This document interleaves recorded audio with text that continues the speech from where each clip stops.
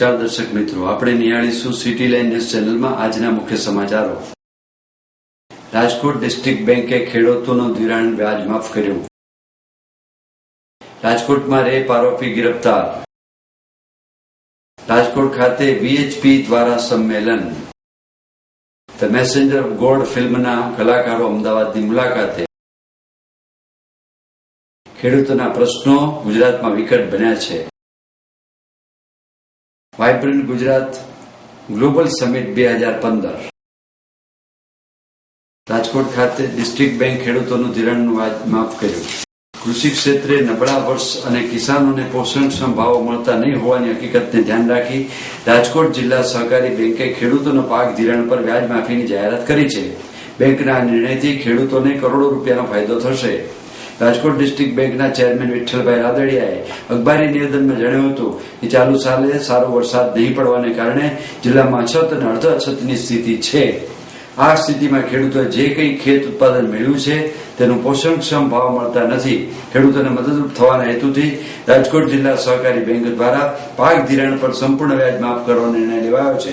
રાદડિયાએ ઉમેર્યું હતું કે બેંક દ્વારા અંદાજે 1.75 લાખ ખેડૂતોને 1550 કરોડનું પાક ધિરાણ પૂરું પાડવામાં આવ્યું છે અને બેંકના વ્યાજ માફીના નિર્ણયથી ખેડૂતોને કરોડો રૂપિયાનો ફાયદો થશે। આગામી સિઝન ખરીફ 2015-16માં ખેડૂતોના પાક ધિરાણ પેટે ₹2000 કરોડ જેટલી રકમના ધિરાણનો બેંક દ્વારા ટાર્ગેટ નક્કી કરાયો છે। ખેડૂતોના પાક સસ્તા ભાવે વેચવા ન પડે અને પોષણક્ષમ ભાવ મળી રહે તે માટે બેંક દ્વારા આ પાકનો સંગ્રહ કરવા માટે સબસિડી યુક્ત રૂરલ ગોડાઉન યોજના હેઠળ લોન અપાય। જે યોજના હેઠળ 2850 ગોડાઉન બનાવવામાં આવ્યા છે તથા રાજ્ય સરકાર દ્વારા નિયત થયેલા વિવિધ ધિરાણ યોજનાના ખેડૂતોને 6% વ્યાજ રાહતની યોજના લાભ મળી રહે તે માટે જરૂરી કાર્યવાહી હાથ ધરાઈ છે। ચાલુ વર્ષે ખેડૂતોને પોતાના કપાસના અને અન્ય ચીજોના પોષણ ભાવ મળતા નથી। ખેડૂતને પૂરું ઉત્પાદન આવ્યું નથી, પૂરા ભાવ મળતા નથી, જેને કારણે ખેડૂત સમાજમાં મુશ્કેલીમાં હોય ત્યારે રાજકોટ જિલ્લા સહકારી બેંક હંમેશા ખેડૂતોની વહારે આવી છે। વર્ષોથી આ ખેડૂતોને ઓછા વેચે પૈસા આપે છે, જરૂરિયાત તમામ લોનો પણ આપે છે અને જરૂરિયાત મુજબનું તમામ ધિરાણો રાજકોટ જિલ્લા સહકારી બેંક પૂરું પાડે છે। ત્યારે ચાલુ વર્ષે આ પૈસા અંદર અમારા બેંકના બોર્ડે વિચાર કર્યો ચાલુ વર્ષે જે કાંઈ આપણે ખેડૂત પાસેથી વ્યાજ લઈશી જે ટૂંકી મુદતથી આપણે કહીએ છીએ કપાસ અને મગફળી જે ટૂંકી મુદત ધિરાણ કહીએ છીએ એ 1550 કરોડનું ધિરાણ હતું। એ 1500-1550 કરોડ ધિરાણનું વ્યાજ એ તમામ વ્યાજ માફ કરીને ખેડૂતે 0 વ્યાજ પરથી અમે ચાલુ વર્ષે ખેડૂતોને પૈસા આવી કપરી પરિસ્થિતિમાં ખેડૂતને મદદ થવા માટેનો આવો રાજકોટ જિલ્લા સહકારી બેંકે એક સમગ્ર ગુજરાતમાં ફેલાવેલો ઐતિહાસિક નિર્ણય કર્યો છે। ખાસ કરીને મેક્સિમમ રાષ્ટ્રીયકૃત અને બધી બેંકો 4% વ્યાજ ખેડૂતો પાસે લે છે, તો 1500 કરોડ ધિરાણમાં 4% 15.5 કરોડ લગભગ 62 કરોડ જેવું વ્યાજ એ ખેડૂતોને માફ ગણ્યું એવું અમે કહી શકીએ। 62 કરોડ રૂપિયા। રાજકોટમાં રેપ આરોપી ગિરફતાર। રાજકોટ સહિત ગુજરાતભરમાં કાયદો અને વ્યવસ્થાની સ્થિતિ અંકુશ બહાર જતી રહી છે ત્યારે યુવતીઓ પણ હવે અસલામતી અનુભવી રહી છે। રાજકોટમાં રહેતી એક યુવતીને લગ્નની લાલચ આપી સતત 8 વર્ષ સુધી હવસનો શિકાર બનાવી વિદેશ જતા રહેલા વેપારીને મહિલા પોલીસ સ્ટેશનના સ્ટાફે દબોચી લીધો છે અને જરૂરી કાર્યવાહી ધરી છે। બળાત્કાર અંગે રાજકોટ મહિલા પોલીસ સ્ટેશનમાં નોંધાયેલ ફરિયાદમાં જણાવ્યા મુજબ શહેરના સરદારનગર વિસ્તારમાં રહેતી યુવતીને લગ્નની લાલચ આપી અવારનવાર દુષ્કર્મ આચર્યા બાદ અમેરિકા ભાગી ગયેલ અમીશ ઉર્ફે ચિંટુ રાજુભાઈ દોંગા વિરુદ્ધ ફરિયાદ નોંધવામાં આવી હતી। આરોપી અમેરિકાથી પરત રાજકોટ આવતાની સાથે જ મહિલા પોલીસ સ્ટેશનના સ્ટાફે તેની ધરપકડ કરી હતી। ભોગ બનનાર યુવતી અને આરોપી યુવતીની શોખીન કૌટુંબિક ભાઈ થતો હોવાથી 8 વર્ષ પહેલા લગ્નમાં મળ્યા હતા અને બંને વચ્ચે પ્રેમ પ્રાંગળ્યો હતો। વારંવાર ફોનમાં વાત કરી તેમજ આરોપી અમીશે યુવતીને લગ્નની લાલચ આપી યુવતી પર દુષ્કર્મ આચર્યું હતું। આ ઉપરાંત યુવતીના પિતાના ઘરમાં ઉપર હોસ્ટેલ હોય આરોપી અમીશ ત્યાં રહેવા આવ્યો હતો, ત્યાં પણ અનેકવાર દુષ્કર્મ આચર્યું હતું। બાદમાં 1.5 વર્ષ પહેલા અમેરિકા જતો રહ્યો હતો, ત્યાં 6 માસ પહેલા અન્ય એક યુવતી સાથે લગ્ન પણ કરી લીધા હતા। ગઈકાલે પોતે પરત આવતા જ ભોગ બનનાર યુવતીને આ વાતની જાણ થતા તેણે મહિલા પોલીસ સ્ટેશન ફરિયાદ નોંધાવતા પોલીસે આરોપીની ધરપકડ કરી હતી। ભોગ બનનાર યુવતીને ઓળખ પરેડ માટે બોલાવવામાં આવતા તેણે રોષે ભરાઈ હતી અને આરોપીને મારવા ધસી ગઈ હતી અને આરોપીને વધુ તપાસ અર્થે રિમાન્ડ ઉપર લેવા તજવીજ હાથ ધરી છે। મારું નામ પીએસઆઈ એચડી સોલંકી રાજકોટ મહિલા પોલીસ સ્ટેશનમાં ફરજ બજાવું છું। એ 376ના કામનો આરોપી છે। ફર્સ્ટ ગુના રજિસ્ટર નંબર 376ના કામનો આરોપી છે અને એમનું નામ છે આરોપીનું મનીષ ઉર્ફે ચિંટુ રાજુભાઈ દોંગા, રહે હાલ અનુપમ સોસાયટી વાળો. ભેગા રહેતા હતા મિનિમમ 7 વર્ષ થયા અને ભોગ બનનાર સાથે એમણે શરીર સંબંધ બાંધેલો હતો અને અવારનવાર એમને ધાક ધમકી પણ આપતો. એમની યુવતીને લગ્નની લાલચ આપીને એમની સાથે શરીર સંબંધ બાંધેલો. વીએચપી હિન્દુ સંમેલન વિશ્વ હિન્દુ પરિષદે 50 વર્ષ પૂર્ણ થયાની ઉજવણી હોય જેના ભાગરૂપે શનિવાર સાંજે રાજકોટ ખાતે પણ વિરાટ હિન્દુ સંમેલન યોજવામાં આવ્યું હતું, જેમાં વિવિધ સંસ્થાના આગેવાનો જોડાયા હતા અને આ સંમેલનમાં બહોળી સંખ્યામાં લોકો ઉમટી પડ્યા હતા. વિશ્વ હિન્દુ પરિષદના આંતરરાષ્ટ્રીય કાર્યાધ્યક્ષ ડોક્ટર પ્રવીણભાઈ તોગડિયાએ આકરા પ્રહારો કરતા જણાવ્યું હતું કે ભારતના મુસ્લિમો બેવડા ધોરણ અપનાવે છે. તેઓ પોતાના સમાજમાં જીવનમાં શરિયતના કાયદા મુજબ જીવે છે, પણ ગુનો કરે છે ઇન્ડિયન પેનલ કોડ મુજબ સજાની ભોગ માંગ કરે છે. શરિયત મુજબ જીવવા માંગતા લોકોને સજા પણ શરિયત મુજબ જ થવી જોઈએ. વિહિપની સ્થાપનાને 50 વર્ષ પૂર્ણ થતા ચાલી રહેલી સુવર્ણ જયંતિ વર્ષ અંતર્ગત રાજકોટ આવેલા ડોક્ટર તોગડિયાએ જણાવ્યું હતું કે હિન્દુઓની સંખ્યા દેશમાં 82% છે. તે વધીને 100% થશે, પરંતુ ઘટશે નહીં. 42% થશે નહીં. ગુજરાતમાં જન્મેલો મોહમ્મદ અલી જીણા આ ભૂમિનો પોતાની માતૃભૂમિને સૌથી મોટો કપૂત હતો. 1990માં કાશ્મીરી પંડિતોને તેમનું વતન છોડવું પડ્યું હતું, જેનો આજ દિવસ સુધી નિવડ આવ્યો નથી. તોગડિયાએ લાહોર પર ભગવો લહેરાવા લલકાર કર્યો હતો. વેપારીના ગળા દબાવતા કાયદા બદલવા માંગ કરી હતી. ખેડૂતો આપઘાત કરી રહ્યા હોવા બાબતે ચિંતા વ્યક્ત કરી હિન્દુ સમાજની સમરસતા, સુરક્ષા, સમૃદ્ધિ, સ્વાસ્થ્ય અને સન્માનના મુદ્દા ઉઠાવી વિહિપ આજ માર્ગ કામ કરી હોવાનું જણાવ્યું છે. જરૂરિયાતમંદ હિન્દુને મફત તબીબી સારવાર, શિક્ષણ, અન્ન જેવી વિહિપની યોજનાઓ બાબતે જાણકારી આપી હતી. 100 કરોડ હિન્દુઓનો સંકલ્પ સુરક્ષા, સમૃદ્ધિ અને સન્માનનો, એ સંકલ્પની અંતર્ગત કોઈ પણ હિન્દુ ભૂખ્યો ન સૂવે, કોઈ પણ દીકરા દીકરી શિક્ષણ વગર ન રહે, કોઈ પણ કુટુંબ ડાક્ટરની મદદ વગર ન રહે, કોઈ યુવાન બેરોજગાર ન રહે.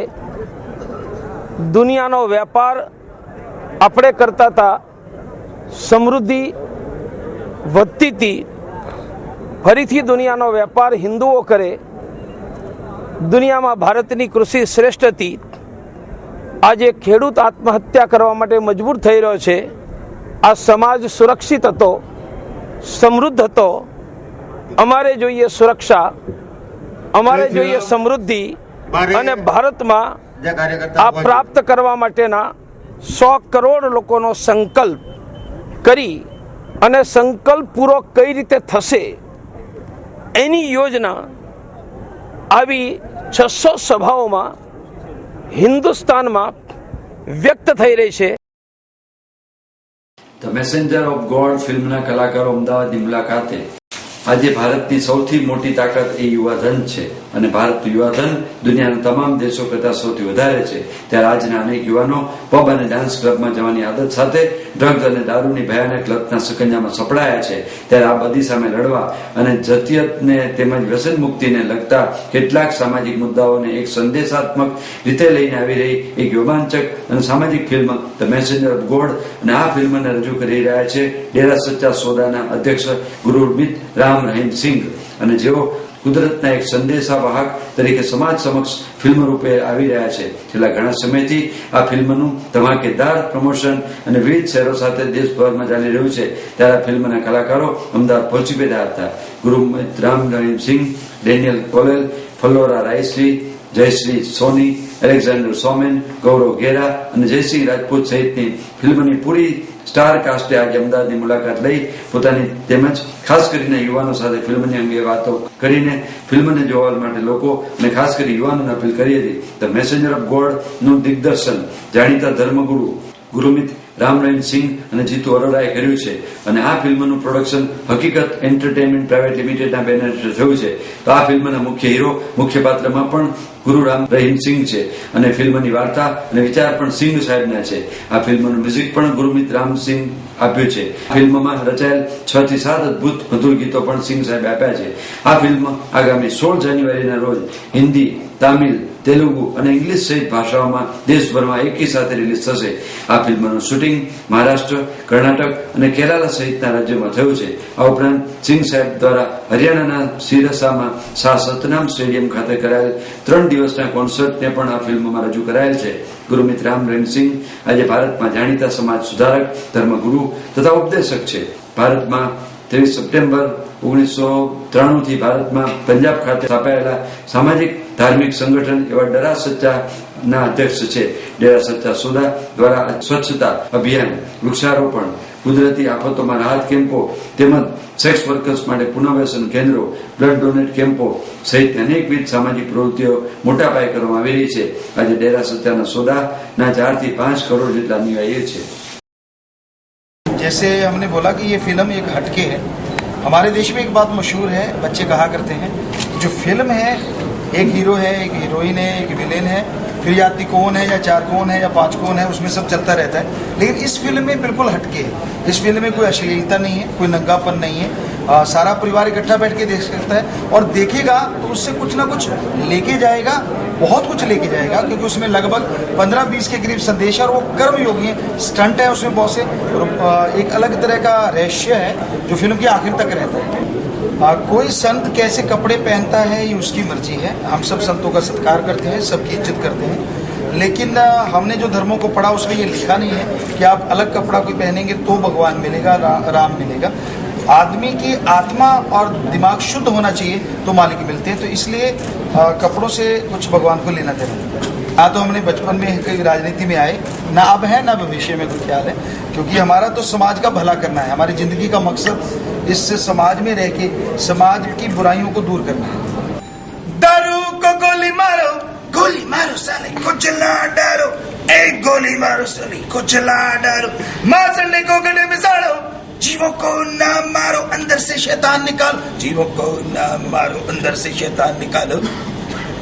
ખેડૂતોના પ્રશ્નો વિકટ બન્યા છે.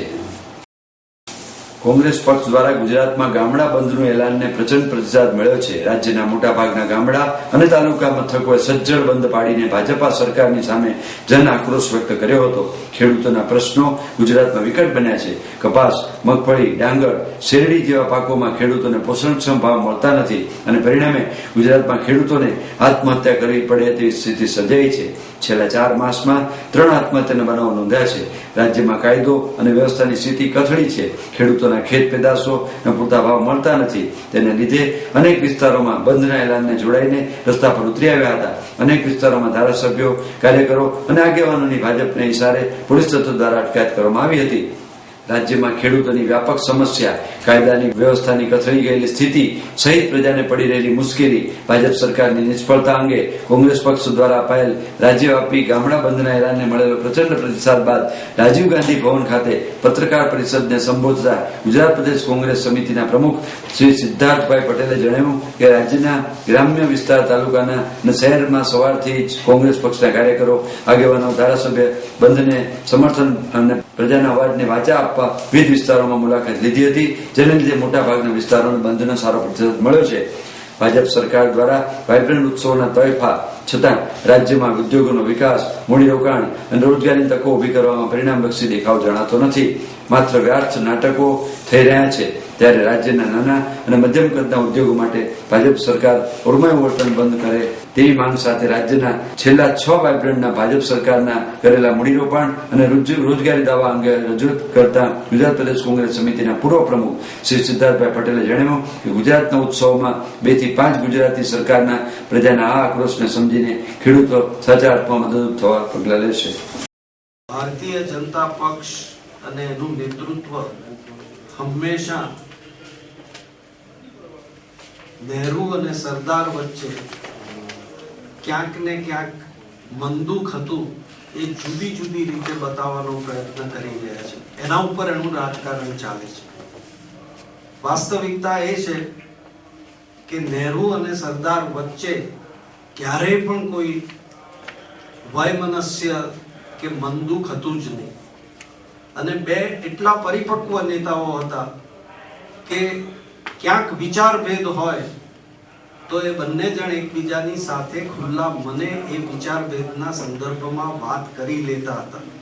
આ માત્ર ને માત્ર નહેરુ અને સરદાર વચ્ચે અણબનાવતો એમ કહી અને ગુજરાતમાં રાજકારણ કરવાનો આ ભારતીય જનતા પક્ષનો એક હલકી કક્ષાનો પ્રયાસ છે.